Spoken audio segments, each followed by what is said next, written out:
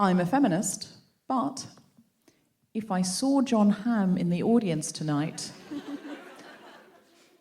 I would say, all of the rest of you can leave, including Kemah, my co-host. It would just be me and John Hamm in the Nuffield, but I would make him stay in his seat, and I would stay up here, and I would perform a whole show for him. And only then could he approach. And then I would allow him to take me for dinner at one of Southampton's finest restaurants. What is Southampton's finest restaurant, just to be clear? What was that? Seven Bone. Do we agree? Seven Bone. Is that really Southampton's finest restaurant? No. Have you sending me to a kebab shop with John Hamm? That is not fair. This is my big shot, guys. I'm a feminist, but I've spent way too much of my life concerned with my waist to hip ratio. It's really important to me. I'm looking in the mirror from age 15, this is a solid part of my self-worth. Looking amazing. I'm glad we don't have food. Who needs it? Food gets in the way of my silhouette. Oh. I'm a feminist, but if Justin Trudeau wanted me to call it equalism instead of feminism, I'd do it, but just in front of him. This is a very convincing face. Yeah. This is quite nice. I mean, I guess if he listens to the show, and if you do, Justin, welcome. If he wanted me to call it the Guilty Equalist, that would be a challenge. Yeah. But I'd send him a special copy each week. Where just the word feminist was bleeped out with equalist.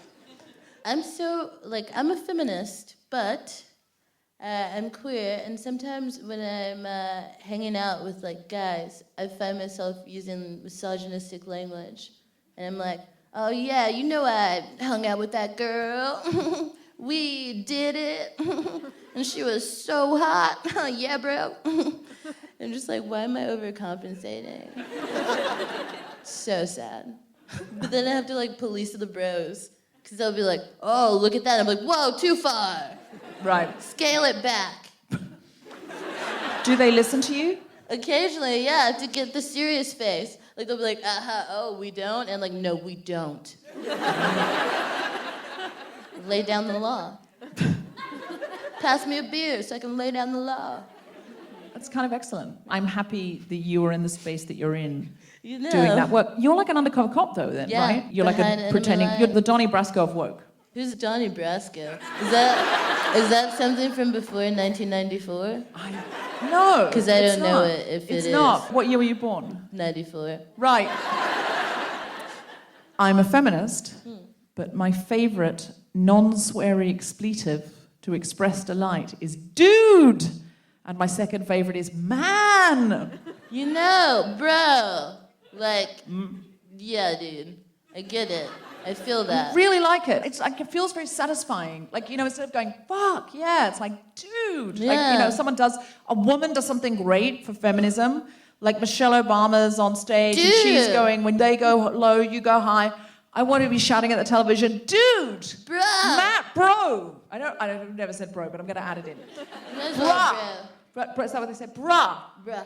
Bruh. Oh, sorry, I'm getting that wrong. Brosif. Brosif. Yeah, I I used to can't brosif pull off a hard. brosif. I can't. I'm never going to be able to pull off brosif. I'm a feminist, but hashtag not all women. Some women suck. Some women suck. And I'm not saying they deserve sexism, but racists, homophobes, Donald Trump voters. I'm not saying they deserve sexism, but do they deserve my sisterhood? Yeah, I say no. I pick no. No. That was implied. It felt like a rhetorical question. Yeah. We filled in the answer. But I just wanted to make sure, because Sure, nail it when down. there's a gray area. Yeah. Your irony brings all the boys to the yard.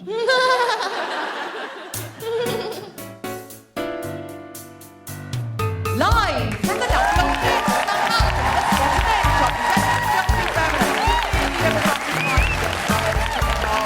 Very special guest,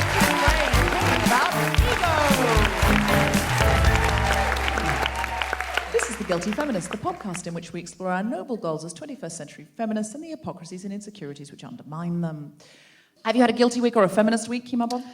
Rather guilty, but that may just be because I always feel guilty about, am I doing enough? Am I a good version of me? Yeah, I do that. Mine is, am I doing it right? Mm-hmm. And then I can't even get into, am I doing enough? Because obviously the answer is always going to be no. So I ask myself that as often as I weigh myself. Never. Word. No. And I have scales in the house because Zelinsky weighs himself sometimes. That's fine for him. He is a man and he has not been brainwashed. Let me step on the scale every second. Every time I enter a bathroom, let me step on the scale. He hasn't been brainwashed to think it means anything. So he just sometimes goes, oh, I've been exercising more or whatever. Like, he's interested in an academic way that has nothing to do with how he feels about himself. Okay. I just don't understand that. I often say that I think Tom is a Black Mirror app. Yeah, like, why aren't the numbers directly tied to how you feel about yourself? Are you looking at them? The numbers are not tied to his emotions. Yeah, that's weird. Right? He looks at the scale. The numbers don't make him feel any better or worse about himself as a person. And it should be worse. Pretty much whatever it is, it should make you feel worse about who you are as a person. But very occasionally, just so you feel that it can do that, that should make you feel much better. Yeah. And then you go, I'm looking for that high again. A little bit like people in Vegas playing the slots. But it's just you and your toilet. That's right. Yeah. That's a lot right. I just do a mirror thing and I'm like, and then when I really know I'm like, how do these pants feel? I don't like actual denim because it's not stretchy enough for my life, because at my heavier times, I need that stretch. And that's kind of, jeans are my scale. Jeans are my scale. So you don't wear jeans so as not to be triggered by I just don't want to feel, I'm like, why are you resisting? Why are you pushing back? Denim is from the patriarchy. I think we've established that. Denim is the patriarchy's fabric. Levi, whoever you are, you're a man. We know that you are Levi Strauss, or whoever you are. Strauss. You and your 501s, whatever. Sounds problematic. It sounds problematic. I believe Levi Strauss is a problematic I'm not here for it. individual. I'm not here for it either. I won't do it. I'm not interested. I can't rock a jean because I enjoy fashion. I do enjoy speaking in the singular. Wow. Yeah, I love it. A jean. A jean, yeah. That's how fashion people talk. A pant. My favorite ever was once Trinny and Susannah. If you're young, you don't know who they are, but they were in the noughties. They were on television. They were two women that would basically, they were bossy white women who would go around. Nice. My favorite kind. There were bossy women who would go to your home because your friends had told on you and said that you didn't dress well enough. And then Trinny and Susannah would jump out of a bush, like literally. They'd jump out at you from a... Your clothes suck! Yeah, yes, you weren't here for it, but you can imagine it. So they'd jump out from the bushes while you were on the school run or something. You were just getting out of your car and they'd just be like, you're not dressing right, and your friends have said that, and they think your clothes are bad, and you've got no self-esteem, and we're going to fix that by shouting at you. And then they would repair women's self-esteem through fierce and frank discussions. You gotta really crush it and break it down until it's almost nothing left, and then you can build from that. Build it up again. Actually, to give Trinny and Susannah their due, which no one wants me to, but I'm going to, they were very embracive of women's bodies. They were humorously dismissive of their wardrobes, but they never once criticized a body. And they would be so enthusiastic about women's bodies, but like to the extent where they would grab breasts a lot. These are great, put them in a top. You're not flattering. You could have been one of them. It's really odd that you sure you haven't seen the show? I just love fashion. That's why I can rock a jean. You can rock a jean. Yeah. They would grab women's breasts and they would go, these breasts, and a woman would go, oh, I've breastfed 12 children and now my breasts are not what they were. And they'd be like, are you kidding? These are amazing. Or like a woman would have like a big ass and they would be like, J-Lo would kill for this.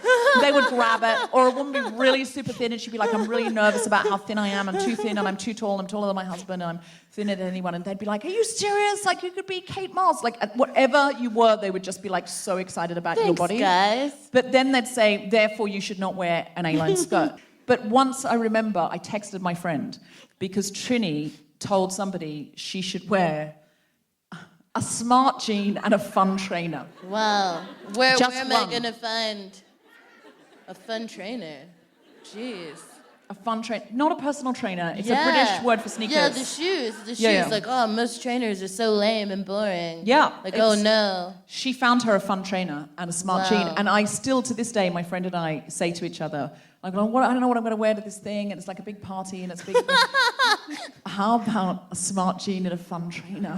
I'm here for it. Just one side of the body covered, the other, nothing there. I'm so mad. Just naked on one side, naked down the jean. left. A single jean. Because that's what that is. That's one jean, and that's the other jean. You put them together as jeans. That's right. It's a pair of jeans. Yeah. But you know that what we don't do is a pair of bras. It's just a bra. That sounds sexist. I'm just gonna call it. I'm calling him. I get to do that. I do it often. I just be like, nope, seems a little racist. Boop. Don't like it. And you know what? The fact that one bra isn't referred to in plural, even though it's clearly holding two memories, is sexist. Do you know what? I like your confidence, Yeah. Kemah. It's the confidence of opinion. Yeah. I find it very appealing. I like to walk through the world. I'm trying to get it more heightened. I'm currently working with the confidence of like a mediocre white man. I want to get to like a really wealthy white man. Oh, you want the confidence of a rich white man? Yeah, old like money. An Alec Baldwin? What is up with the Baldwins? Like a Rockefeller. That's what I'm thinking. You want the confidence of a Rockefeller? Yeah, I think or like a Kennedy. I don't know. Are they just politically wealthy? I don't know. I feel like they're wealthy.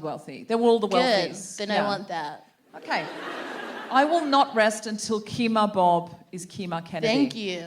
Kemah Bob Kennedy. Ooh, and I could change my middle name to something else with a K and have fun initials. So today we're talking about ego, our big throbbing egos. What's your feeling on ego? It's weird because I think it's confused me for a while, and I worry about it because people always talk about egos in size and like that your ego's too big. They never really talk about it being too small, but they're always like, oh, you got a big head or you've got a big ego. But it turns out it's not about size, it's about like health and like whether your ego is healthy for you and others or not. Am I okay? What is my ego in good shape? Do I need to exercise and give kale to my ego?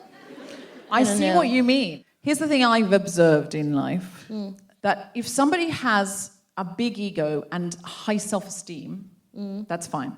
I think what the ego is the thing that propels us inside of us that says the world needs me in it. The world would be better if I changed stuff. And we need a certain amount of that to get out of bed. And certainly we need it for feminism, because feminism is a movement that's all about change. Without ego, we cannot have feminism. I'm going to put that out there. If you have big ego and high self-esteem, that's not a problem, because the ego is what drives you forward, and the self-esteem allows you to prop yourself up and say, it doesn't really matter what everyone else thinks. I know I'm doing a great job. I don't need to be constantly validated. So that's someone like Obama. Big ego, definitely should be me in the White House, but high self-esteem, I don't need to keep tweeting every time someone says something about me.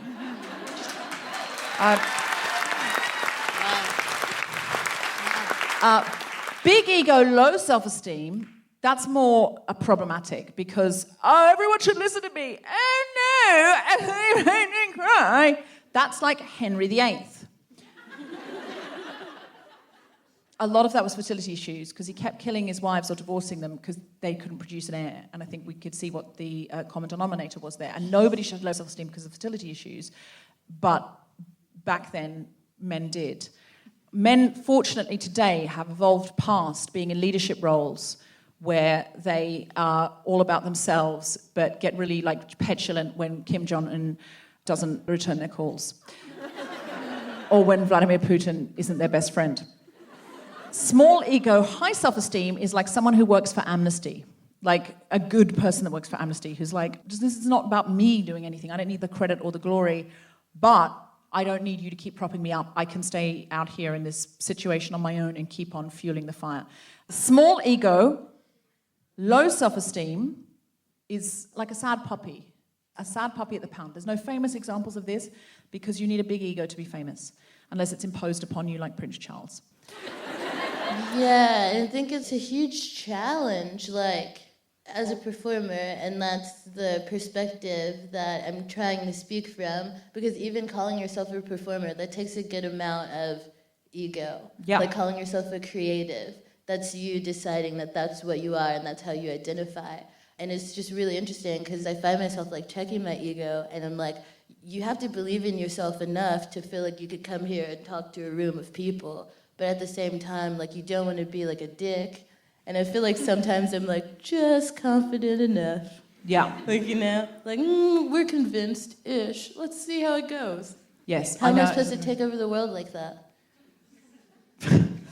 I don't think you are supposed to take over the world, Kemah. I think Okay, my ego is all... Yeah. I don't think the mission of show business or feminism should be To take international dictatorship. World domination is not...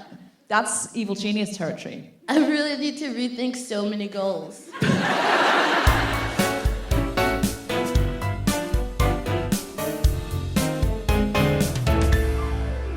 Put your hands together for your host, Deborah Frances-White.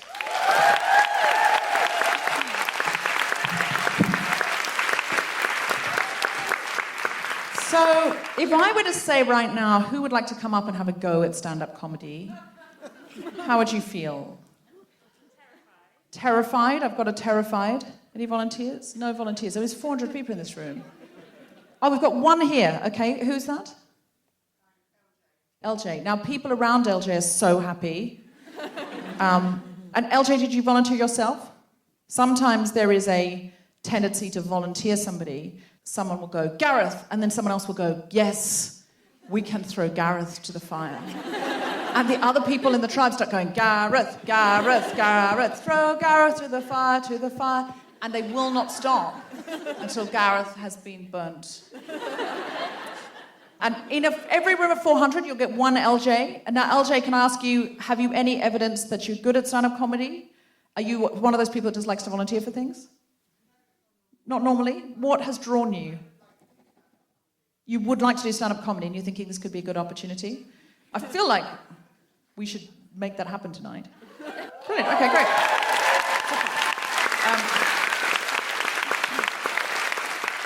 But often there's one LJ, often the LJ is American. It's like, I'll have a go. Or everyone agrees that it should be Gareth until Gareth does it and they chant. That's the form. And out of 400 people, that's a low hit rate, isn't it? To have one LJ. It's weird.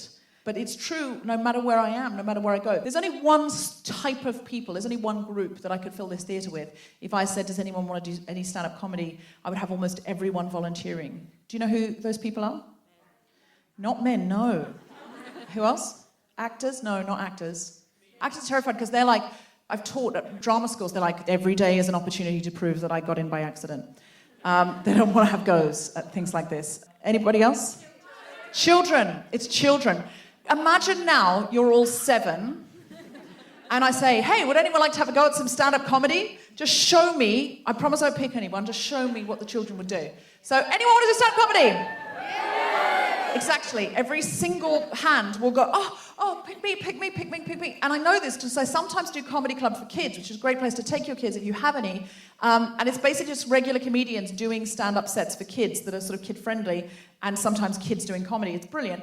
And if sometimes I MC it, I host it, and I'll say, hey, anybody got a joke? And then children, all of the children, like pretty much all of the children, or 100% of the time will be like, I definitely have a great joke, immediately. They don't think it through. They don't go, I don't know if I got anything good enough that these other kids are going to go for. They're just like, definitely yes, me. And sometimes you pick them, and then it's clear they're not prepared. They go, and they have to have a quick consult with their mum to go, have I got a joke? I don't know. I want to do it, and can we go through my top 3? Then they come out, and can I tell you, the child that I pick, when they come out onto stage, they don't act like an adult. An adult, if you bring an adult on stage, they do sort of all sorts of things with their body that says, this isn't going to be very good. They basically go, I need to advertise your disappointment. They go, oh, I already know it's going to be terrible. A child doesn't do that. When children come out onto the stage, this is what happens. The kid will come out and go, it's finally my time. They look like they won the lottery. This is it. This is the big moment I have been waiting for all my life, and I will not fuck it up. And then they tell their joke, which, by the way, is always plagiarized.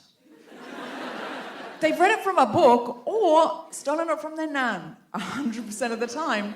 So rare. Occasionally you get someone who's ad-libbed one, but the ad-libbed one's not that great. The other one's stolen, but the children do not care. They do not care. They just come out because they want to have goes at stuff. That's what's fascinating.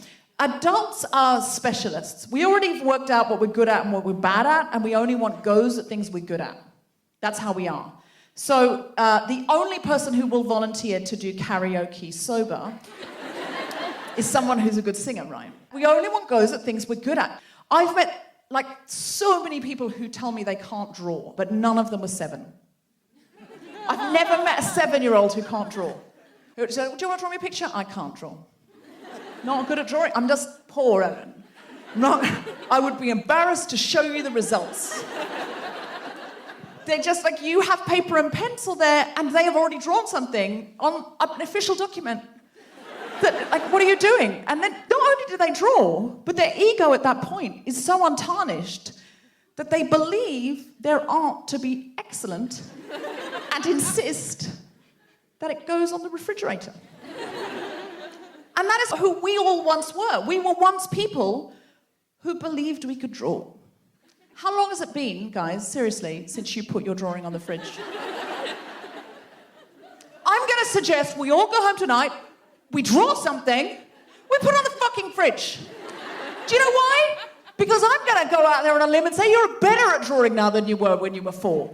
Because your motor skills have improved. And the only reasons that you don't put your drawings on the fridge can be one of two: your drawing has got worse, or your embarrassment threshold has gone up.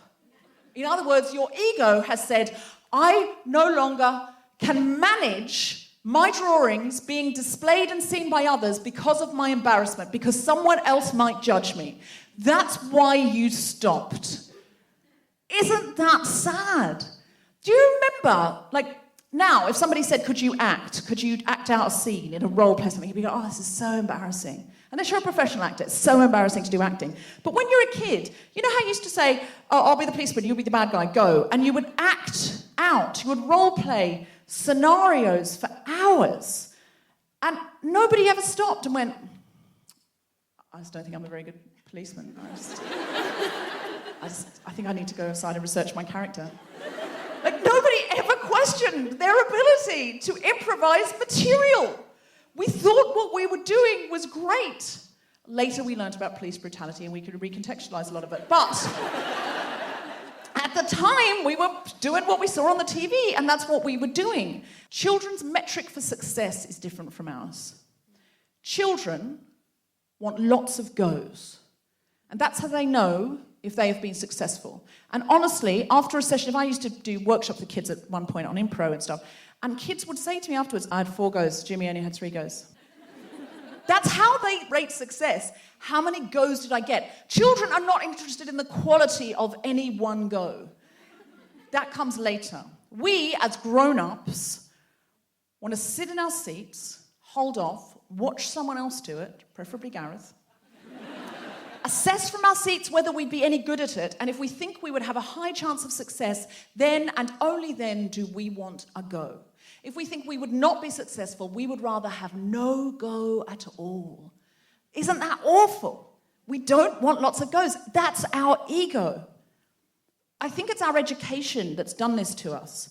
I read a book and worked with a man called Keith Johnston, and he says it comes from our formal education when we were kids.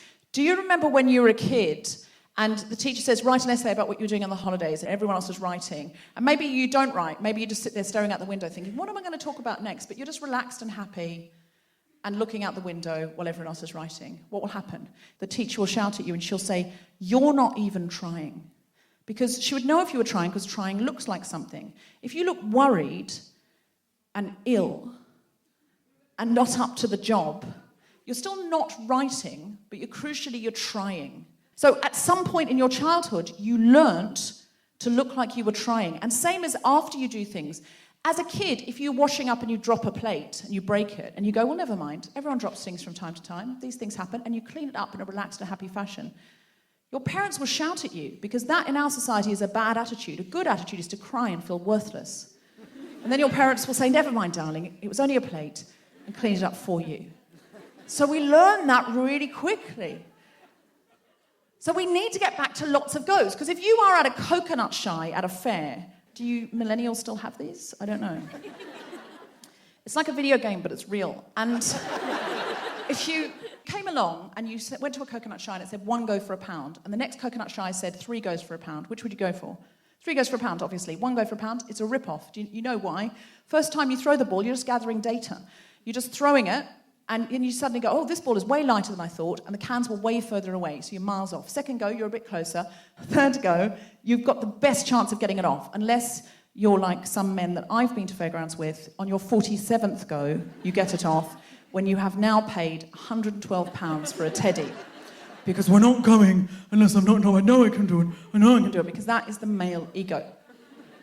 But of course, you're not going to go for 1 go for £1, you're very unlikely to knock it off. But if it was a chance to have 3 goes at stand-up comedy or 1 go at stand-up comedy and you had to do one of those, which would you do? 1 go at stand-up comedy, obviously, because there's only 1 chance to embarrass yourself. But you're only gathering data the first time you do stand-up comedy. The first time you organise a feminist book club or rally, the first time you write a blog, you're gathering data, and the second time, and the third time, and the fourth time, and the fifth time, the first 500 times you do stand-up comedy, you're gathering data. So I want you to think about it differently. This week you're going to do something that you're not good at, deliberately, something you're not a specialist in, something you know you're not good at, like you're not good at drawing, you're not good at karaoke, you're not good at organising other feminists, whatever it is that you think you're not good at, and I want you to do it with a view to having 6 goes. So if you're going to book in a stand-up comedy gig, you don't book in 1, you book in 6.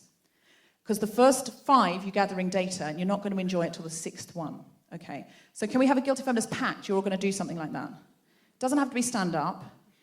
It could be anything. It could be creative writing. Okay, can we make a pact? Yes. I feel like it was like 12 enthusiasts. Everyone else was like, no, I'm already good at 3 things, and I'll be doing those again, on a loop. Not doing anything I'm not good at. That's horrifying. Okay, can we have a pact? 1, 2, 3? Yes. Okay, you've got to gather data. All right, so who wants to go stand-up comedy now? I promise I won't pick on you. Who wants to go stand-up comedy now? Yes. I saw you say yes, you're up. Thank you very much.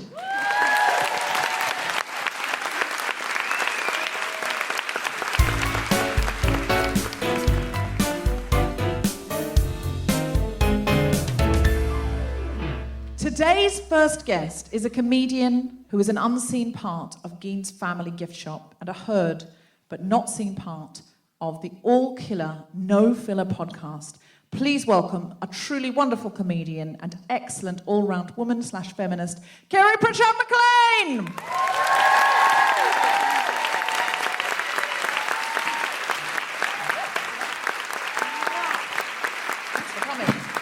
Today's second guest is a comedian, writer, and actor named as one of the top comics to see in Vogue, Elle, Time Out, The Times, The Independent, and The Guardian. Please welcome to the stage, Lou Saunders!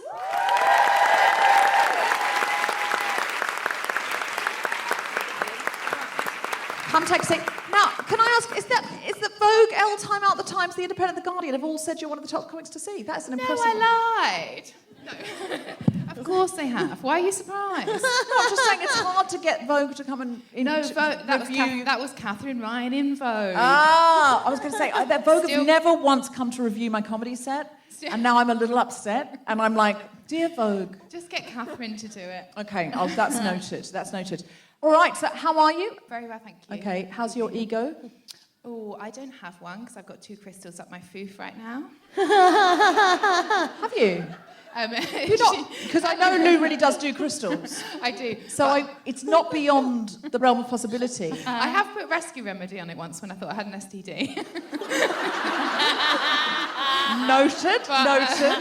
But good news, I did have an STD. And no, I've not got any crystals up there. Kiri, how's your ego? Great. Like, really. Thriving. Good, yeah. I got so excited when Kiri came into the dressing room because she had Beyonce at Coachella cut-offs on. You know what I'm talking about? Exactly. And I feel that, okay, Beyonce did a lot for black women and doing Coachella, sure, headlining. She's like female Martin Luther King. Sure. She's like Beyonce Luther King. But Rosa Parks is like, fucking what? Really thought I had that one in the bag. Get a catchy song, Rosa. The secret to civil rights is music and dance. Is And it? that's why she's been able to go further than any other civil rights leader I feel in the history of I civil thought there's rights. going to be a controversial opinion that Twitter is going to like take. I don't you think on for. so. I don't see how anyone could have a problem with what I just said. It made sense. It was factual. I feel as much as what Beyonce did for black women at Coachella and women everywhere, she did for women to be able to wear cutoffs who wouldn't normally wear cutoffs. Because I wouldn't normally wear cutoffs, but I was like, I'm intrigued. And then you walked in them and I was like, fuck yeah, I'm doing the cutoffs. We're here. Oh, and need to cut footnote, whose cut-offs are they? My ex-boyfriends, I will keep the cut-offs in the divorce. And they're so bad. I feel like I've really reclaimed this from everything, because if I flip over the thing, you'll see. It says, George of Asda, not just George of Asda, boot cut. Wow! Yeah. Yeah, you cut those boot cuts off. Yeah, They are it is. cut now. Booty cut. These Booty boot cuts are cut. made for walking that out of the is- relationship. You should be in branding because Kemah immediately came up with booty cuts. Yeah. Oh, It's what you call it. It's great. Kiri, how do you feel about ego? Are you ego-driven? Do you think it gets in the way of your feminism, or does it motor it, or both? I think it probably motors it. I've got a really huge, genuinely like massive ego, and have done since I was really young in a very uncharming way. But like genuinely, I have the ego of like a privately educated serial killer. It's unreal, and I think that's what led me to stand up. Is because when someone said, "Oh, you should do stand up," I was like, okay. And like, of course, sure, I'll do fine, anything. like, yeah, and I was like, oh yeah, I've just been waiting for someone to suggest it. And I remember as well, because I was really lucky, because normally when you do stand-up, you die on your ass and you just have the worst gig. It's usually about second or third gig. And I remember I was like 10 gigs in and I hadn't died. And I remember someone saying to me, like, because I was quite good at the beginning, quick, and then it tailed off fast. And I remember them saying, like, oh, you're great, how long have you been going? And I was like, oh, I've done 10 gigs. And they were like, oh, that's great. And they were like, oh, what was your first death? And I remember going, I don't do that. And I genuinely thought that was the thing that I didn't do because I am excellent through and through. And that was the thing that other people chose to do because they wouldn't as good as me. And then when I died, oh boy, that's like when the disconnect between your ego and reality is sometimes real tough to take. And you are staring at the train tracks in Preston going, I could just throw myself on here. And, But then someone would have to clean that up. I know, yeah, and I wasn't famous enough for it to make chortle, so it wasn't an issue. So I was like, I really, really struggled with it. But I know it's uncharming, but I've always been like really confident and totally driven by ego. Like, what do I want to do? I'm just going to go and do that. And it's probably been bullish and not very nice for the people around me, but I'm totally kind of driven by just what I want to do, and I know it's not a very nice trait, but yeah, that is what I'm like. I can't even do the thing, in job interviews where they go, and what would you say your weaknesses are? Yeah, completely silent. I'm like, no, thank you. Like, it's not. And then I got to the point where I knew you had to say that, so I remember once they were like, and what were your weaknesses? I remember panicking and saying ankles, and that's not what they're after. And they're fucking brilliant, so I don't know what I'm on about. Did you get the job? Yes, I got the job, mate. Of course I fucking got the job. Because ankles. Because they assumed that I was joking, and I was like, oh no. But if you are a man with a big ego, I think often you're perceived as he doesn't suffer fools. But if it's a woman with a big ego, my God, people are like hateful about that person and call her a ball breaker and a bitch and scheme against her. We do perceive a big ego on a man differently because there's no female James Bond character that people will queue around the block to see. We love watching a man with a big ego, actually, collectively. Men go and sit and go, yeah, I wish I could jump off a bridge into the arms of a beautiful woman and then swim over some crocodiles and have everyone go, oh, you're so cool, and then, like, not even have got your dinner jacket dirty. And if a woman did that, people would be sneery. They'd be like, well, she's just perfect. I can't live up to her. She's done too much today. Why is she jumping? And then into a man's arms? Yeah. I think they would go, oh, she just intimidates me because she does all that and she's mother of 3. Oh, yeah. Because James Bond woman would be mother of 3. Yeah. And be like, how does she do it all? That's what James Bond would be yeah, asked in as a woman. interviews. How do you keep it all together? Like, have you heard people weaponize ambition? They'll be like, oh, that's very ambitious. And it's like, why are you trying to chip away at my ego? Like, I'm trying to do a thing here. And you're looking at me and saying it's ambitious. Like, that's a bad word. Well, in Britain, Kemah, that's very ambitious means you're not good enough to do that. Yeah. That's what we say. We won't say that. Who gets to say that No, outside of me? But what they're Nobody talking about should. is they want to do it and they don't feel that they're good enough. That's the thing. very underneath it, ambitious. I think. Yeah. But you've just been at college here, haven't you? That's and I'm imagining, ambitious. have tutors said that to you? Yeah, I was doing a program where I was going to tackle the racism in Europe, and they were like, it's ambitious, and I don't know. It was like an exploration of identity, and basically I was in France, and it was a documentary, and I was letting the people, the contributors, bring things to me. And one of those things was like police brutality, and it was just covered for a second, and it was ambitious. Yeah. And it was ambitious, and that's actually a useful use of the word ambitious, as long as it's ambitious, so you're going to need to be really prepared to do this. Get in there. But it's kind of like, it's ambitious. But Yeah. did they look you up and down when they said it? It's ambitious. It was very British, just that way. It's ambitious, and that because it can really be code for it's out of your league. And in that case, I think you should never let anyone tell you that. If they're saying it's ambitious, so you need to be prepared, or I'm going to give you some extra resources. It was the lame one, Deb. It was the lame one. It was the lame It was the one. lame British code for you can't do this. Lou, how do you feel about ego? What's your relationship to it as a woman, as a human, as a feminist? Now, what is ego? How would you? I see it as a different thing. I see it slightly differently, but I could be wrong because I haven't Googled it. But I see it as a separation of yourself. So I see it as is not a confidence thing necessarily, but a separation of yourself from.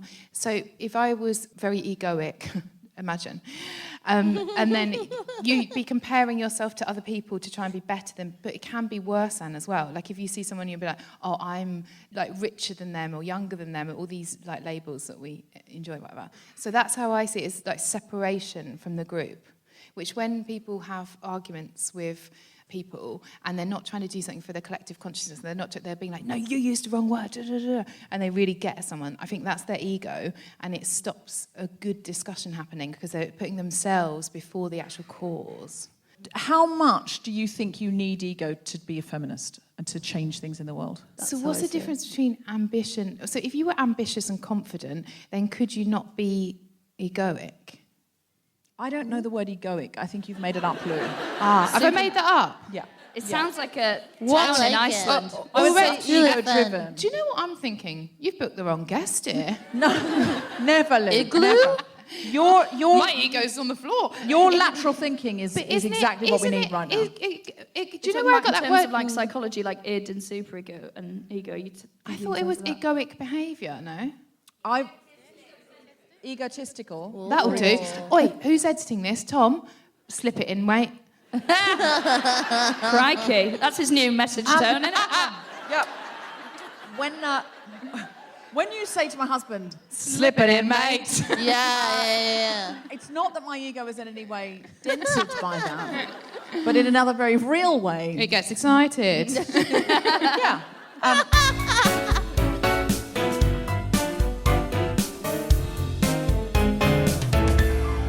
Hello, Guilty Feminists. It's Deborah Frances-White, briefly interrupting your podcast listening to let you know we have an emergency. The Women and Children's Refugee Centre warehouse in Calais burnt down. All their necessary supplies, tampons, sanitary napkins, shampoo, children's nappies, everything went. So they really need help. Please go to helprefugees.org and you can find out there what to donate, how to donate. Just donate cash of £1, £5, or there'll be a drop-off point near you where you can take clothes, things you've got around the house, all of those things that you've got in your bathroom cabinet that you haven't used that could be really, really useful right now. So please go to helprefugees.org and find out how you can help. You're always the best listeners, and you really come through on these things. Thank you so much in anticipation of your help. There is an amazing art exhibition coming up in Berlin. It's about refugees, the children of refugees, and their incredible art skills and their stories.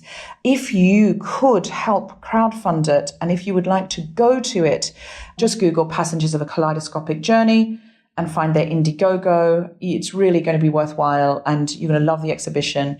If you're in Berlin, especially, get behind it and support it. Many of you will remember Millie Thomas coming on the podcast, one where Felicity Ward and I were talking about mental health, and Millie came on and talked about her play Dust, which is about the incredibly difficult and sensitive issue of suicide. And Millie deals with this topic in the most extraordinary way. I saw the play after that. I was blown away. It has so much heart, so much extraordinary comedy, actually, and also so much hope and life and understanding and empathy. If you can get a chance to see the show, it's at Trafalgar Studios from the 4th of September right up until the 13th of October. I really recommend you go. It's a one-woman show. She wrote it herself. She performs it herself. It's a really feminist piece of work, and I do think it's actually remarkable. If you can get to London or you're in London, please go and see it if you possibly can. Check it out, Millie Thomas in Dust. You will not regret it. My film that I wrote has been accepted into the Liverpool Film Festival, which we're very excited about. It's a screwball comedy, sort of like a rom-com about a mismatched couple who are on a one-night stand gone wrong, with a very, very powerful, dynamic female lead. The Liverpool Film Festival is on the 12th to the 14th of October, and tickets will be available soon. But if you would like to see Say My Name in a cinema near you, please hashtag Say My Name movie, hashtag where you live, and say you would like to see it. Also, I have a television pilot with Channel 4, which we're hoping to make into a series. It's called Next Week's News. And if you would like to see that, at Channel 4 and hashtag Next Week's News, and ask them when the series is going to be on. If you would like to see it, it's a late night satirical, topical news show where we're saying, hey, if we don't like this week's news, let's try and change it in time for next week's news.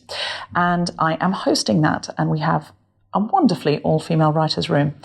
Finally, my book is out. I'm very excited. It's a deep dive into some of the topics we've been able to talk about in a more conversational and cursory way on the podcast. I had to really rethink my ideas on feminism and guilty feminism to write it and do a lot of research, and I hope you enjoy reading it as much as I enjoyed writing it. The audiobook is also out if you prefer listening, because you're a podcast listener. So please find all the details of that on guiltyfeminist.com or Waterstones. Please check out the book if you get a chance. Thank you so much for your support, as always. You really are the best listeners in the world. And also, before you email and tell me, we know egoic is a word. Lou Sanders was right. Back to the podcast.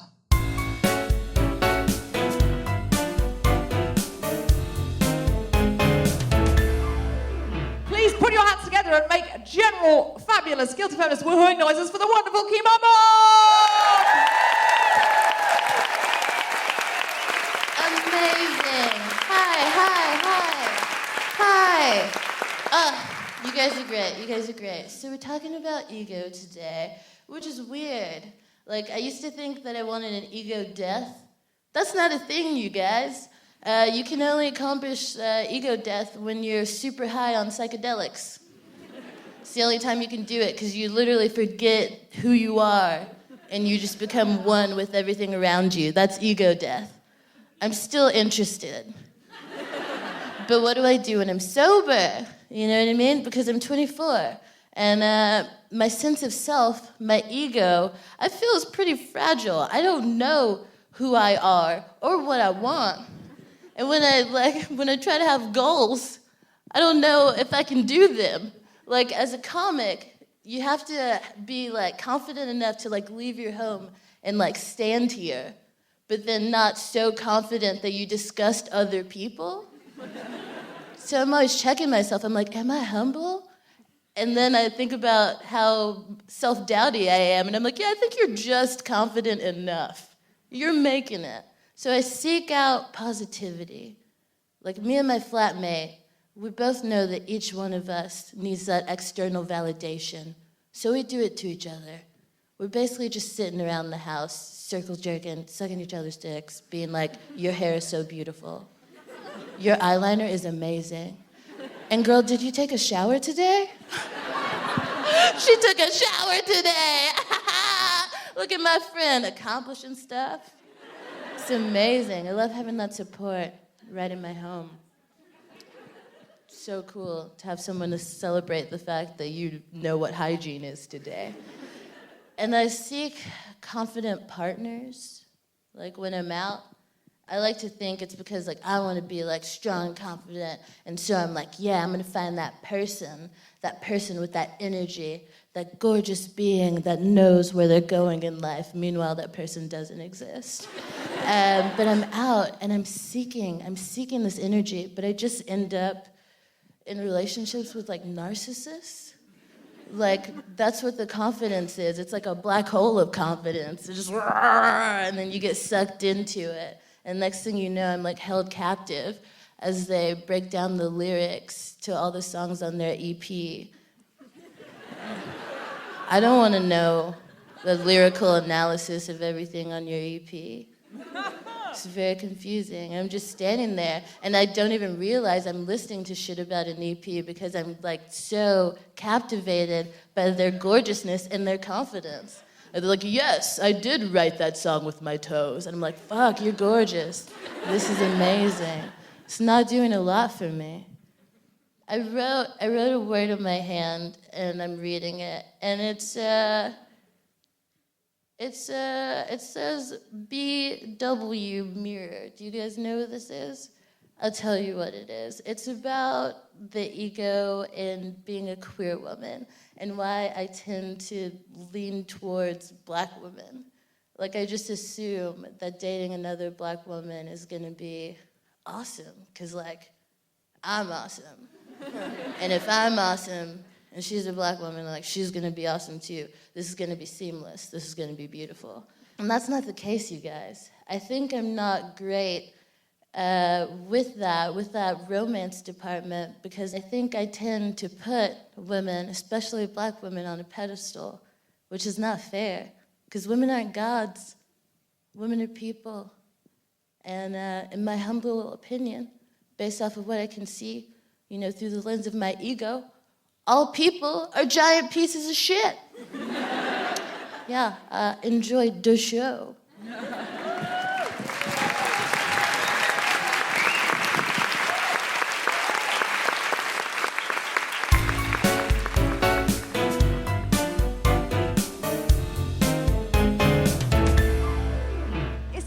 Come to the audience and say, do you have any ego stories, or in fact any other ways that you personally define ego? Well, one man's got his sunglasses on in an indoor venue, and I'd like to ask him. Is that man with sunglasses on his They're head? on your head, mate. Yeah, but he's a lovely man. He's a lovely man. How do you know? I'm very good on energy, as we know. It's the crystals. Yeah. You do. You have got a good read. Energy radar. Yeah, okay. Has there anybody here got a story about ego? Yes, there's somebody up there. I can see somebody up there. So this is a story where I think ego was helped. So when I was about 14, I was doing my GCSEs, and my physics teacher at the time told me women don't have the brain that can handle physics, who can't think on that level. So 10 years later, I'm here at Southampton Uni doing my PhD. Yes. Yes. What's your name? Do I have to? I don't want to get anyone in trouble. No, not at all, not at all. But I just want you as a woman to be able to... Also, it did take you 10 years, mate, didn't it? I mean, it was a little slow, yeah. You had to do your hair and makeup, didn't you? They take ages. You don't go from GCSE to PhD in a year. I'm kidding. So you will soon be doctor. I've only just started in September, so... Oh, amazing. So in 12 years, you'll be a doctor. Yeah, excellent. Yeah. Excellent. That's Well awesome. done. Yeah, so well done. Your ego was stronger than patriarchal forces. What else have we got? Anybody else? So I decided I was good enough to do a 600-mile sailing race, double-handed on my parents' boat with just my dad instead of a full crew of 7 people. Wow. Whoa. How did that work? Dad's dead. I don't say that. Floated down on his body. No, we did a watch system, so 4 hours on, 4 hours off during the night, and 6 hours on, 6 hours off during the day. How long was it for? It took us 6.5 days to complete it. And you got it done? Yes. I mean, spoiler, you're here, so... Yes, yeah. I'm here. We were the second to last boat in, but we got it done. And you did it when everyone else had a full crew and you just had 2 of you? Well, a number of boats do it double-handed, but we decided rather than taking 6 people on our boat, we'd only do it with 2 of us. Save a bit of money on sandwiches, I guess. Yeah. That does Good help. on you. Well done. Thank you. Anybody else got an ego story? I've got a story when ego hasn't helped. Great. We love one of those. Yes, please. Yeah. So I was There's at too many high school. achievers. Go on. I was at school and I was a feminist in a small-minded school, and I decided to grow all my armpit hair out and all my pube hair out and put it all over Instagram. And the boys a few years below decided to throw rocks at me and my friend. That happened. Yeah, and we got hit. On the That head. is not your rocks failing. And the punchline is the school didn't do anything. Oh my God. Well, that's not a story about your ego going wrong. That's a story about somebody else's ego being too high. Too offended by my And the ego of the amazing school goddess not kicking in and confidence. saying, we won't allow this behaviour. Wow. Okay. I'm sorry that happened. No, it's fine. What did you do after that? That's not fine. Just carried on combing my bush. Then your ego won. Your ego won. Anybody else? One down here. I'm not sure whether this is kind of ego being good and bad. So I worked for someone for 2 years and they were really misogynistic, really rude, took credit for all my work, overworked me, asked for work at the last minute, really horrible. And then my ego was really, really low, so I didn't stand, I kept taking it and was like, oh, it's okay, it's experience and stuff. And then one day I had enough. So I was like, right, we need to meet up. So we met up and I said, I'm quitting, this is what's happening. And they were like, oh, but you were really, really good, you were really great, you should stay with me. And I was like, no, I'm not going to go back, I'm going to be strong. And then but when I went to leave, they basically stood up and did that thing, like they kind of force you to hug them and they kiss you on the cheek and it's like, oh, go away, whatever. And then they were like, look, I really need you, you were brilliant. And then my ego kind of just was inflated by them like groveling and was like, well, if you need me so bad, you can always get on your knees and beg. Oh. Yes. So a 21-year-old woman saying that to like a middle-aged white man who, who's on double digits, and I was like, yeah, that's good, but ooh, I may pay for it in the morning. So Did people think he was giving you a marriage proposal? Wait, did he beg? Did he get down on his knees and beg you? no, he kind of looked at me and was a bit like, what? And I kept walking out. I was like, no, I'm not going to look back. I'm just going to keep going. And I was wearing my thigh-high black boots as well. Yeah. I went into battle that day. Yeah, this is a movie moment. Yeah, like in Pretty Woman. Big mistake. It was that, wasn't it? Yes. Huge. Yes. Or like, when Bridget Jones does the sort of, and you don't need me because I'm just the girl in the see-through top who fannies about with press releases. And she walks out and everyone's like, burn. Yeah. Isn't that what happened in the office? Well, people going, holy fucking shit, did you hear that? Yeah. That's what everyone was talking about for like months after he absolutely smashed no, it. I kind of got the name of being difficult. So Oh, you got the name of being difficult. Yeah, It's not that difficult for a woman to get the name of being difficult, though. She doesn't have to do much. She has to, literally in this case, not put up with all of the shit. So And it's like, she didn't put up with all of the shit. She's difficult.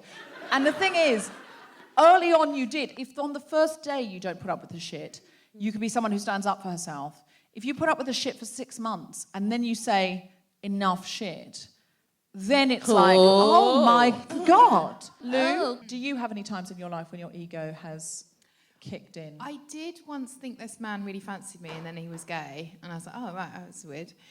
When I say once, it happens a lot. I've had like someone that I fancied and then they didn't fancy me and then I was like, I called it and I had to wait until we all graduated from high school, but let's just say there are 3 of them. I have a crush on you and they're like not into it and I was like, and then now we're all out, so. I have the other way around. It was guys who have since come out who used to fancy me in school. Something about me says wife to a gay guy. I also have a beard quality. Do you? Yeah. Gay men, I think, look at me and go, you'd be fun. What they're thinking is, I can be the Karen to their Jack. Yes. I think it's strong woman, big knockers. And Kiri, you do wear a lot of sequins. I wear as a well. lot of sequins. My best gay friends, I referred to myself as their Grace. And they were like, And I was like, what? what are you saying? I'm not your Grace, as in Will and Grace. And they just were like, sure. And I was like, you think I'm Karen, don't you? And they were like, no, we never, yes, you're Karen. I was so upset. Wow. I genuinely cried a bit. I was so upset. I was like, no, I'm Grace. I'm fun, I'm cool. They were like, no. I'm like, Karen stands at a window and shouts at people who wear palazzo pants.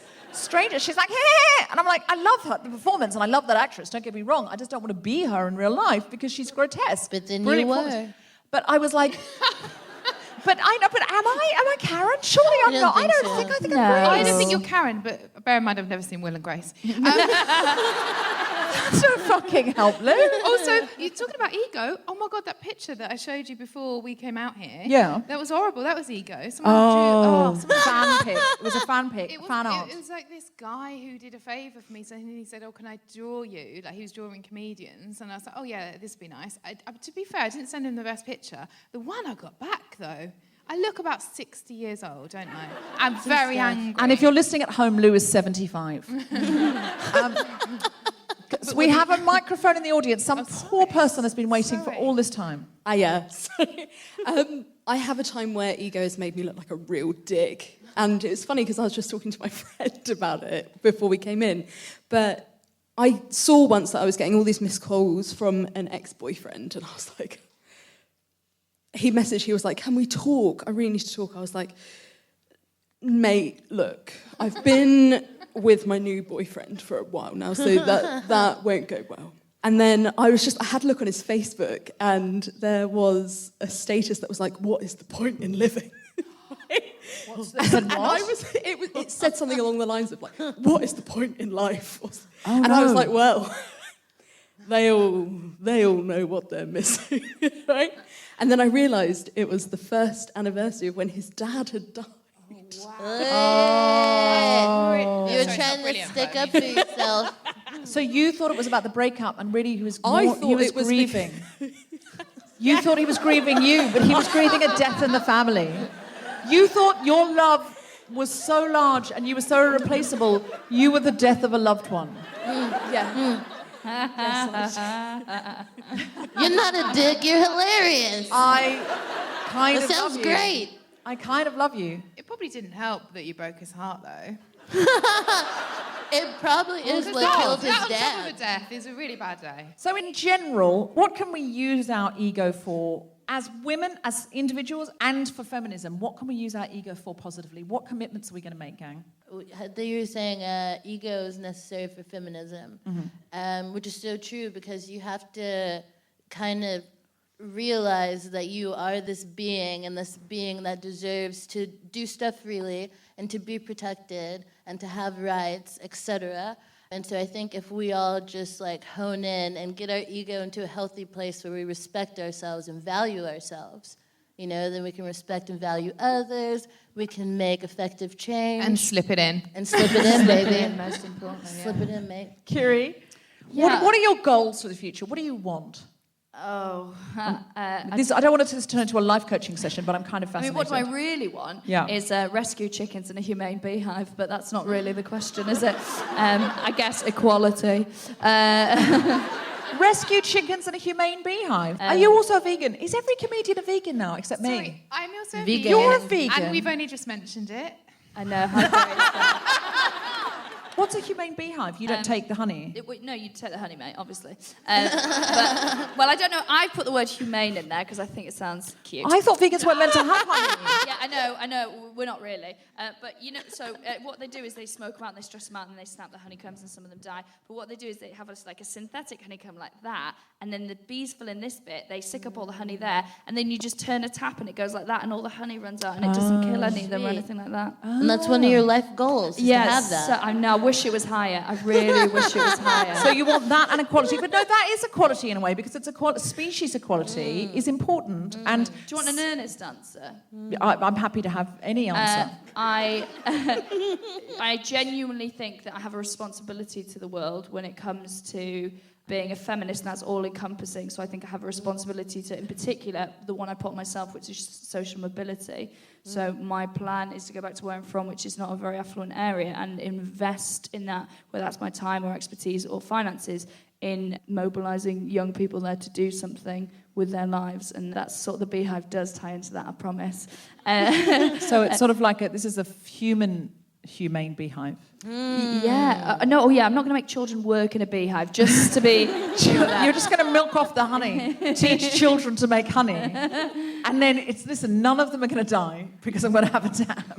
Yeah, I didn't make it clear. The honeycombs are huge, and there's a child vomiting inside it. That is what I really meant. That's why it's much better for the bees. So upsetting. But yeah, and I want to adopt children because I believe in that as a thing. I'm adopted, and I would happily be adopted again.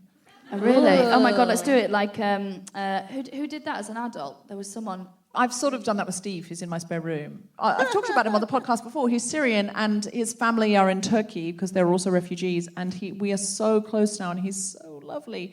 And I do find, although I'm not in any way patronisingly saying I'm parenting a grown man, people who are not parents, I think, you find ways to nurture if you are someone who's nurturing, and you find ways to love and cosset. Are you breastfeeding him? Don't make me edit the whole thing out.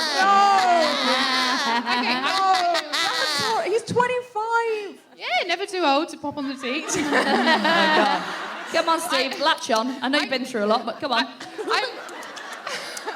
I'm actually going to give you a serious bit now. I'm actually going to give I don't believe you, Lou. No, it's serious, but also... Fine. If you do... Edit it out, though, if it doesn't make sense. But ego, I think, is fear. You mentioned it on a train, didn't you? Like, I do... Fear. Yeah, fear is the opposite to love. And so when your ego... No, that's not a word. When you're acting out of your ego, right, to me... That's acting out of fear. It's not real confidence. So talking about where you want to get and drive and everything, you can do that with confidence and ambition and drive and backing yourself. But I think that's different to ego, which gets in the way because the ego drags us down. So if you have a bad gig and you're like, oh shit, like I'm the worst, that's your ego. If you have a great gig and you buy into that, like, you know how the Greeks, I'm veering off everywhere here, but you know how the Greeks had a little green goblin on their shoulder? So when they channel, if they, like, say they did like some beautiful music or poetry, whatever they're up to, right? They were like, oh, it wasn't me, it was the little green monster goblin. They had a special name for it, right? So you externalise it. Yeah. So when you take the ego out of... So if I do a great gig, I could be like, you know, the boxers are like, oh, it's not me, it's Muhammad or whatever. Or like it's people like, thank Jesus. Well, it's not yourself. Put it outside yourself. That's sort of what I was saying before, Lou, when I was talking about having lots of goals. Oh, am I expected to listen as well? Kemah, Hey. what do you want for the future? What's your ambition? I would like to create, write, and star in sitcom stuff, funny things. I want to get paid to entertain as myself, you know? And so... You know you're being paid tonight. Yeah, it's cool. I'm doing a great job of reaching my dreams. Yeah. You're living in a dream right now. And I'd love to sit behind the desk of a late night talk show. Like the whatever James, you guys shipped your James off? James Corden? Yeah, give me your job, James. Yeah. You want James Corden's job? Yeah, I would that's what I love it. want. Listen, Jimmy Kimmel, Jimmy Yeah. Fallon, Jimmy Corden, Jimmy Jeffries. Yeah, it's so dry. You have a better chance It's so if you're a dry. white guy called Jimmy than if Yeah, you do yeah. if you're any other category I of might human. change my name, but I don't know what we're going to do about all of this. I desperately want for that to happen, and I will make it my life's mission. I want to keep doing what I'm doing, but every time I find something new, it's like another door opens, and it's like Suffrageddon or working with refugees or whatever, and I'm getting to the point now where I have to do the things I'm already doing well and try stop opening new doors, and it's very difficult because you open a new door, you meet a new person, you find a new thing, and then you want to run down that path. So I think my thing is do 4 things incredibly well. Yeah. And there's so much inspiration, and you have access, and you know, like, people that can make things happen. So I feel like it would be hard to not try to actualize all the cool things that pop into your Deborah Frances head.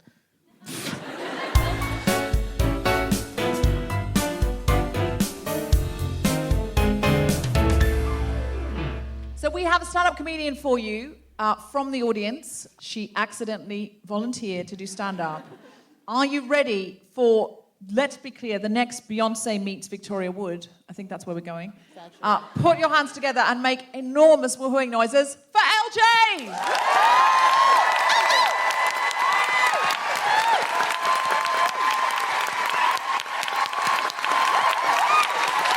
So bright up here. Oh my God. So yeah, as you've heard, my name's LJ. It's short for Laura Jane. Please, if you have children, do not give them double-barreled names that require explanation. It's just the worst thing in the world. So yeah, thanks, Mum. As Deborah said before, no, I'm not a plant. And if I was, I'd be quite scared because there's a lot of vegans in the front row.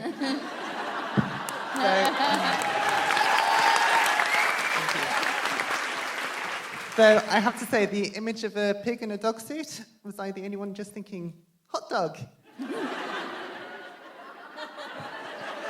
So, if I can tell you about myself, I'm 40 years old, so truly middle-aged now, which unfortunately is the time when your age starts to show round your middle. That's my chocolate food baby right there. Though I have to say, I am a feminist, but you can probably tell I'm middle-aged because I don't use an iPad, I use pen and paper, #old school. So, what the fuck am I doing here? That is what is going through my head right now. Well, basically, I kind of thought everyone else was going to put their hands up, so cheers, guys. You let me down totally there.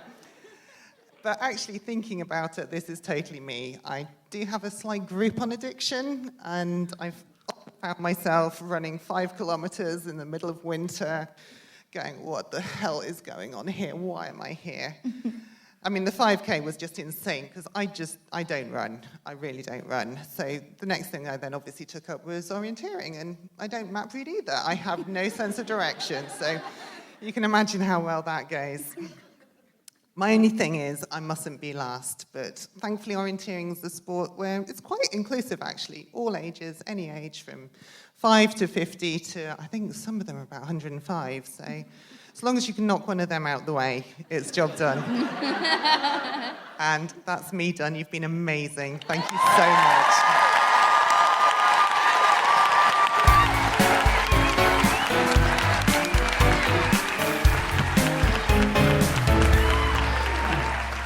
Did you enjoy that? Well done.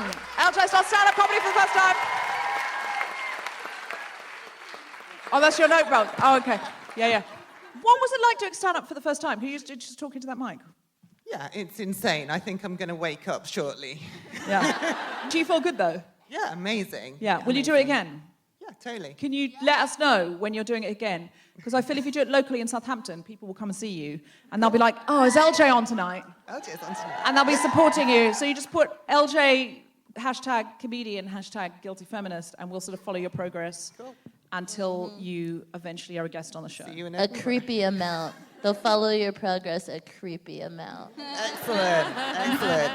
Like Sister follow stalking. I like that. Yeah, I don't mean stalking you, but sort of I do. We see you. Big round of applause for LJ!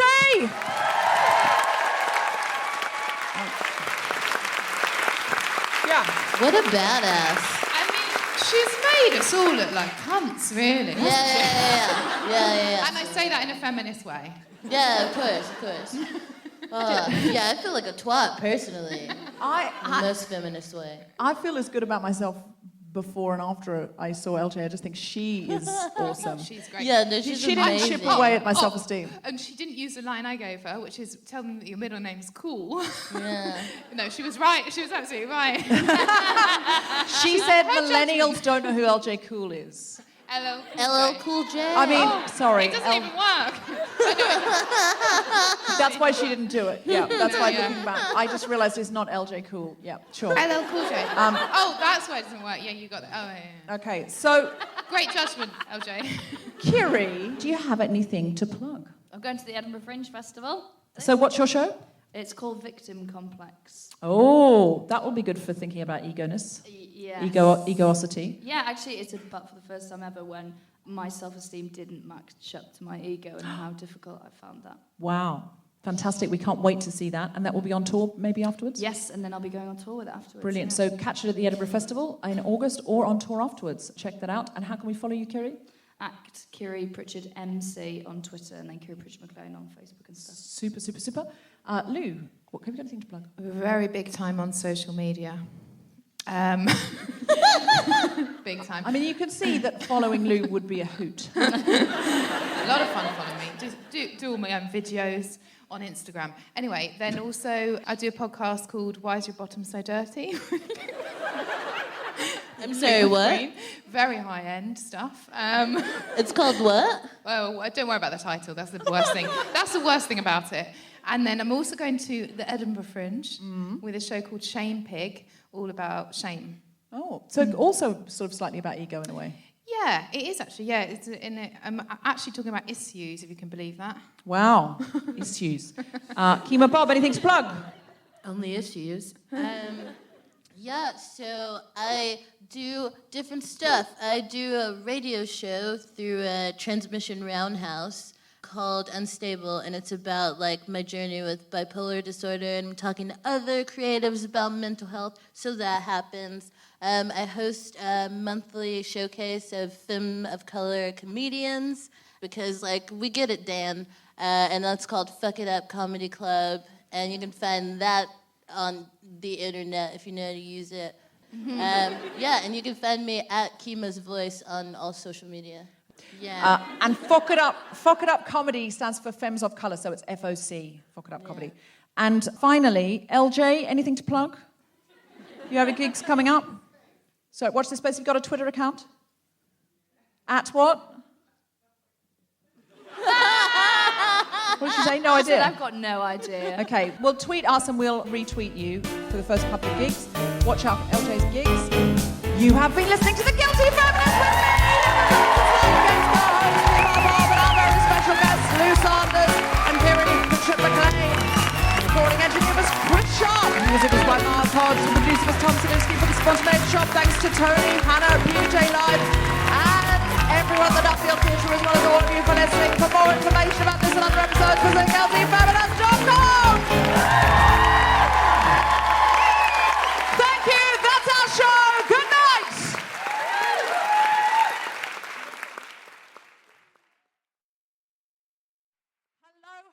Hello, Kemah Bob. Hello, Deb.